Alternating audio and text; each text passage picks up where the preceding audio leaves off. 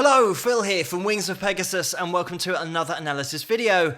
Today I have been inundated with emails, comments and requests to do a video on Ginger Baker following the sad news that he passed away earlier today at the age of 80. So we're going to be taking a look at some vintage Cream. They're going to be performing Sunshine of Your Love, and the adverts on this are going to be disabled. If there are any adverts appearing, it's the copyright holders that have placed those adverts on this particular video. So let's get the guys up on screen and see how they get on.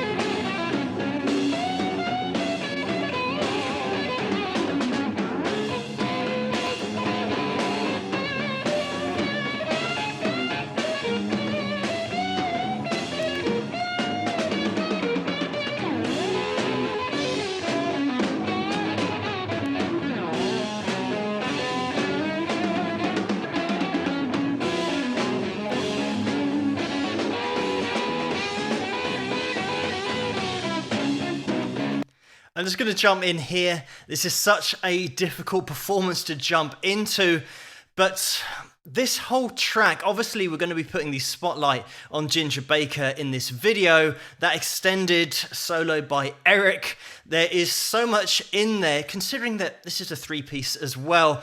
In order to make it interesting the whole time is such a massive task, but we've got three top musicians here, and that's why it does remain interesting the whole time. But a major part of the journey and the interest is because of Ginger Baker on the drums, and it's something that when you're familiar with this song, you will absolutely take the drums for granted. You won't really analyze what's going on. The fact that during the verse, Ginger isn't even hitting the snare, and that is a given for pretty much every drummer from the beginning of time, is putting a snare in to get everything going in the verse.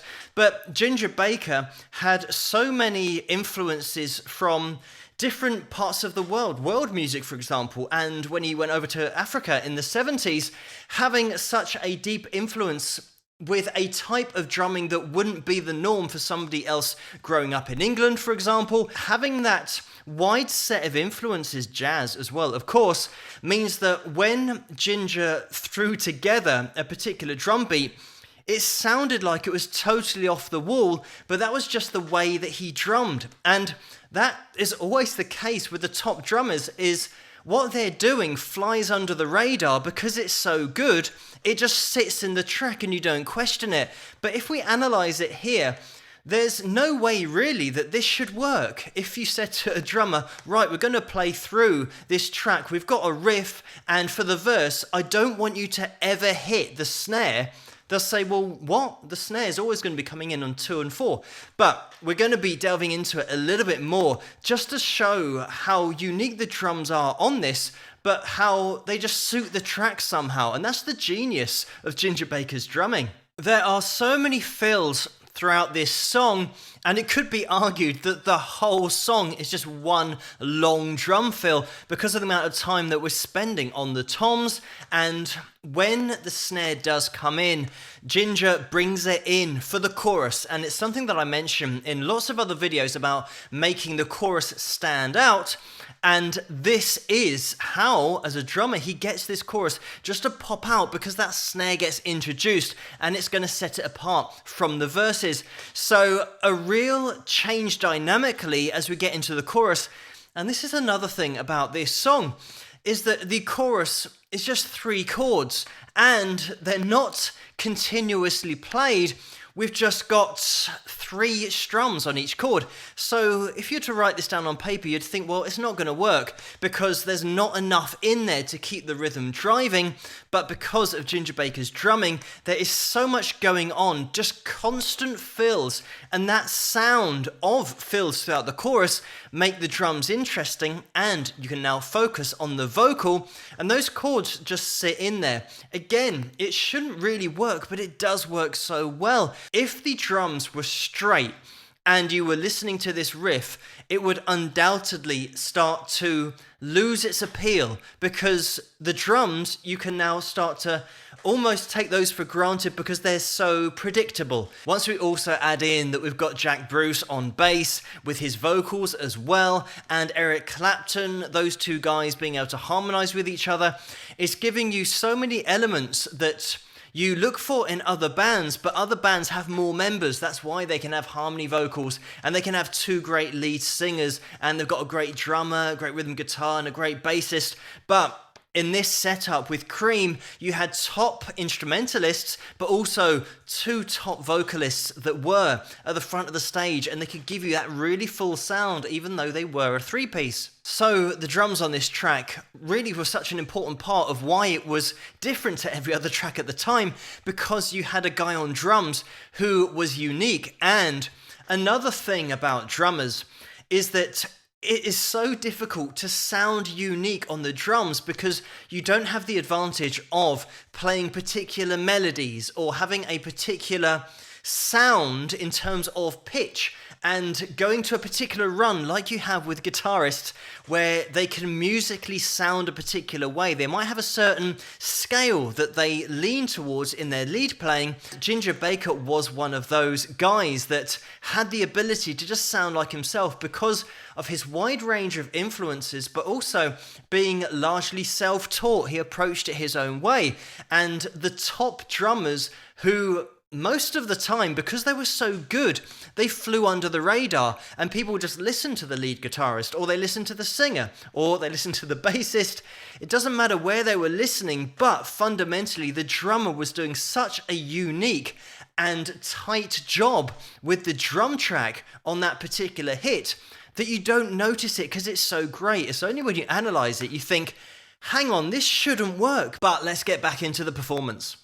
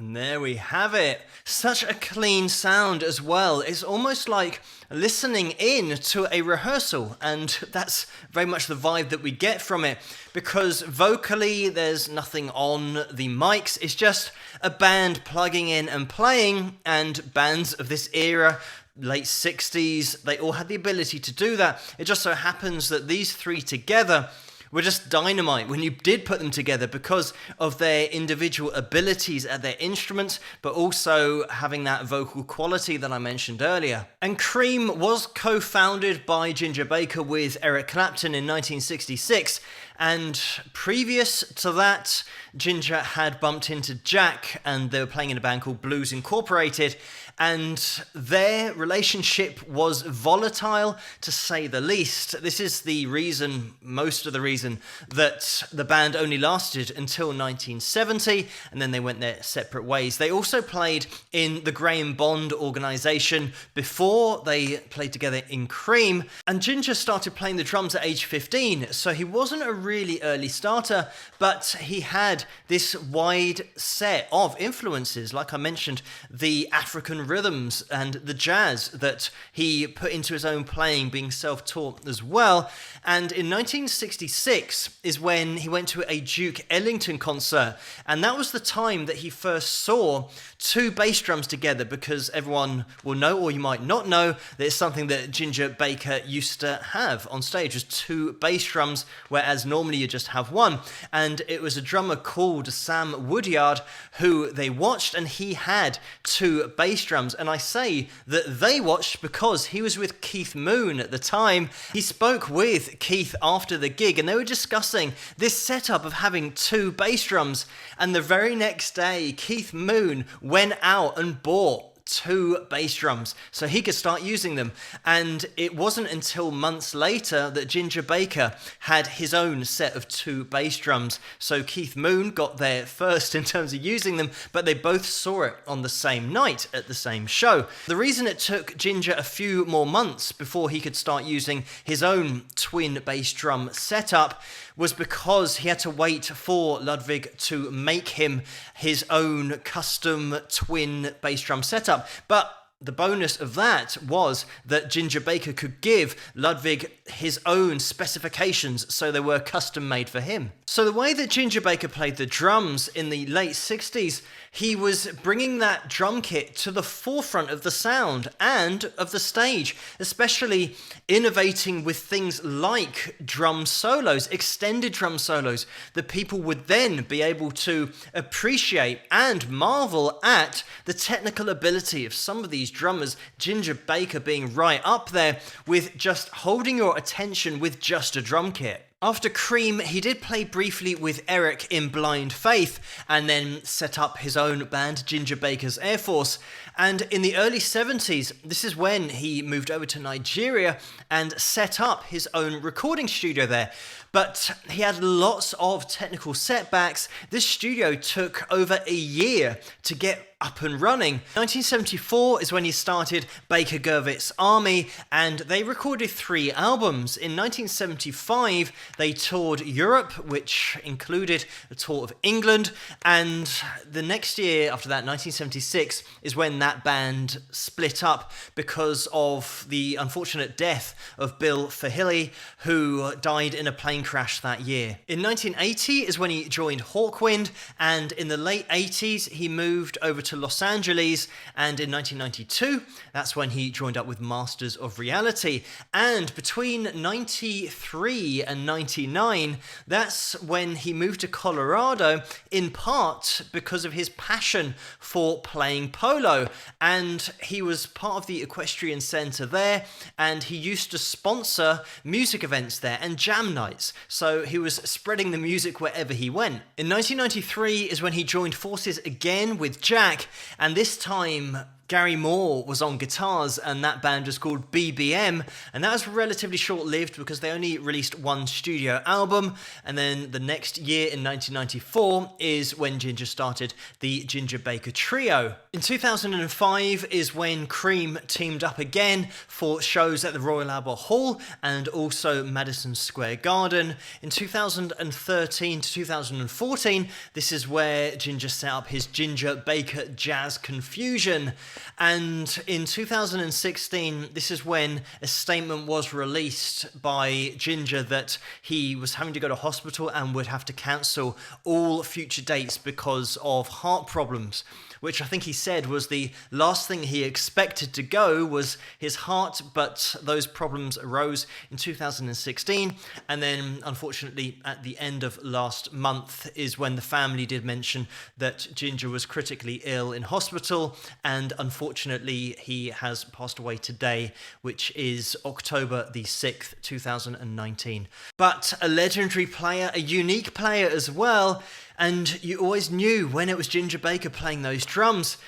And this is a great example. This song, if you were just to look at the drum breaks and what Ginger is doing on the drum kit, you'd think that it wouldn't work, but somehow he had that ability to match all of his influences and all of his unique playing styles to complement the song that he was playing. And that is such a difficult thing to do as a drummer. Like I said, the disadvantage of not having melody that you can throw in there in terms of notes and scales, but having that ability is such a rare thing, and Ginger Baker certainly had that. But thank you guys so much for suggesting this video for me to take a look at, and for all of the requests that you've sent me today. I hope you guys enjoyed this video, and I'll see you guys at the next one.